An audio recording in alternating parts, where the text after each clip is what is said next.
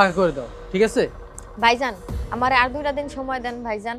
অসুস্থ স্বামী, ছোট ছোট বাচ্চা নিয়ে কই যামু কোন? আমি তো বলছিলাম ম্যাডাম টাকাটা দিলেই আমি দিয়ে দিব। 2টা দিন সময় দেন। আমি একটা কথা বুঝতে পারছি না, তুমি কি আমার চাকরি করো না ম্যাডামের চাকরি করো? তুমি এসব কথা আমাকে কেন শোনাচ্ছ?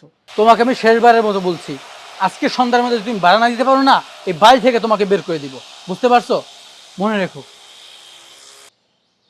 ম্যাডাম আপনি? নাহিদা, এই নাও তোমার স্যালারিটা।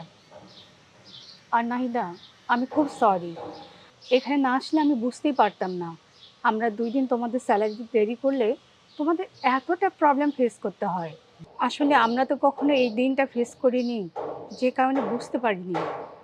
একদিন তোমাদের স্যালারি দিতে দেরি করলে তোমাদের এতটা প্রবলেম ফেস করতে হয়। আমি তোমাকে কথা দিচ্ছি, আর কখনো তোমার মাসে বেতন দিতে দেরি করব না। তোমার যখন দরকার আমার কাছ থেকে টাকা চেয়ে নিও। না, না ম্যাডাম, আপনাকে অসংখ্য ধন্যবাদ। আপনি নিজে কষ্ট করে এসেছেন। আপনি বুঝতে পেরেছেন। আর কিছু মানুষ তো বুঝতেই চায় না যে আমাদের টাকাটা দেরি করে দিলে আমাদের কতটা সমস্যার সম্মুখীন হতে হয়। আসলে কি ম্যাডাম, বড়লোকের বাচ্চাদের তো কখনো খালি পেটে থাকতে হয় না।